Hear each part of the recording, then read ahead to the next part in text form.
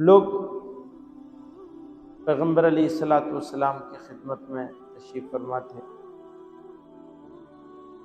حضرت نے فرمایا، حضور علیہ السلام نے کہ صدقے دینے کے فائدے بیان فرما رہے تھے، تو جو حیثیت والے صحابہ کرام تھے بہت خوش ہوئے۔ غریب لوگوں کو افسردگی ہو گئی کہ ہم تو خود غریب ہیں، ہم کہاں سے صدقہ دیں گے۔ فرمایا راستے سے تکلیف دہ چیز کو ہٹا دو، صدقہ ہے۔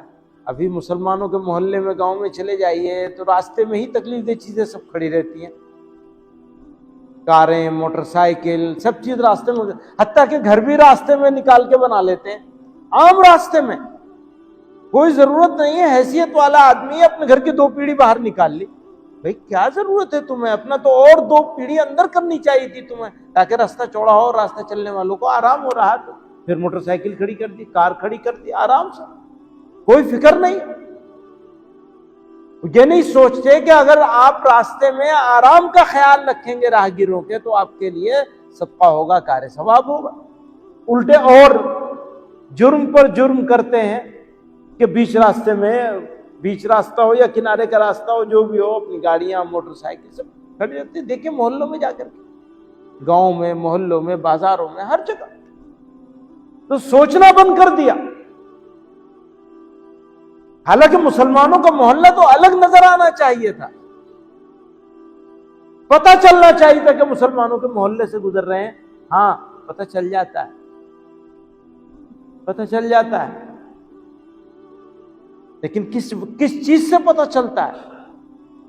گندگی سے، ٹوٹی ہوئی۔ اچھا وہ سڑک کو ٹھیک کرنے کے لیے میونسپلٹی والے آئیں گے، اچھی حیثیت والے لوگ موجود ہیں، اپنے گھر کے سامنے کی سڑک کو صاف اور ٹھیک تو رکھ ہی سکتے ہیں، لیکن نہیں، بے حسی کا عالم، جہاں رہتے ہیں وہی خراب کر رکھا۔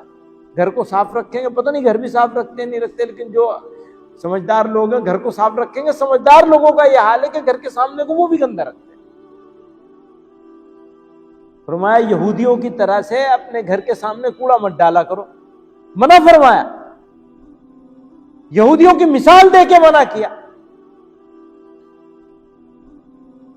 پر جاری ہے سلسلہ، سمجھانے والا نہیں، سمجھائے تو کوئی سنتا نہیں۔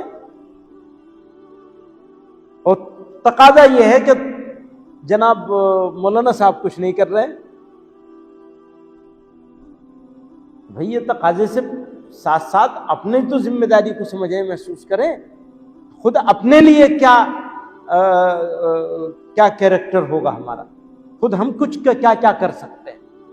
جی S herbal wholesale Ayurvedic ادویات کا قابل اعتماد مرکز۔ تجارت کے خواہش مند حضرات کو ہم مکمل ٹریننگ دیتے ہیں۔ ہمارے ساتھ تجارت کر کے بھرپور پیسہ کمائیں۔ علماء کرام، حفاظ، ڈاکٹرز اور میڈیکل والوں کے لیے خصوصی رعایت۔ تفصیلات کے لیے ابھی رابطہ کریں۔